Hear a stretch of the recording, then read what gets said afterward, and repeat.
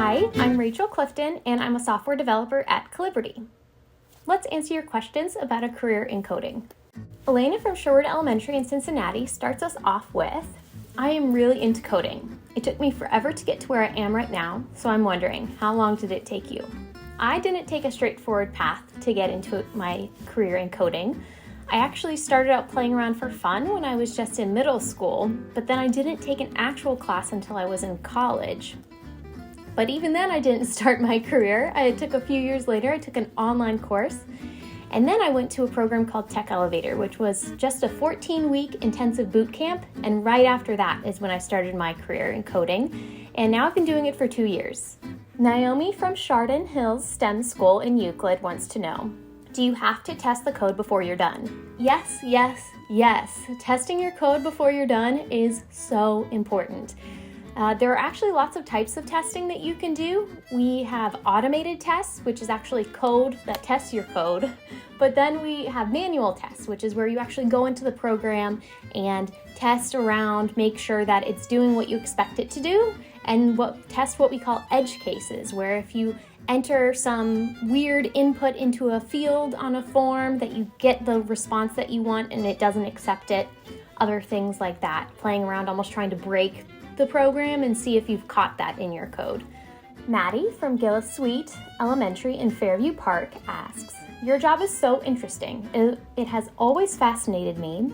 What doesn't make sense to me is, how does a computer know how to read coding? Well, this explanation won't do it justice because it's all very complicated, but just generally, the programmer writes what is called source code, and that is programming languages that we as humans can read and write.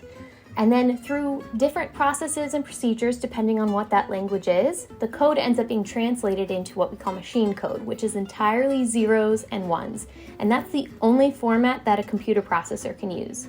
For example, I write code in Java, and Java is taken then through a program called a compiler that translates that source code into bytecode, and then another program called the Java Virtual Machine converts that bytecode into the machine code.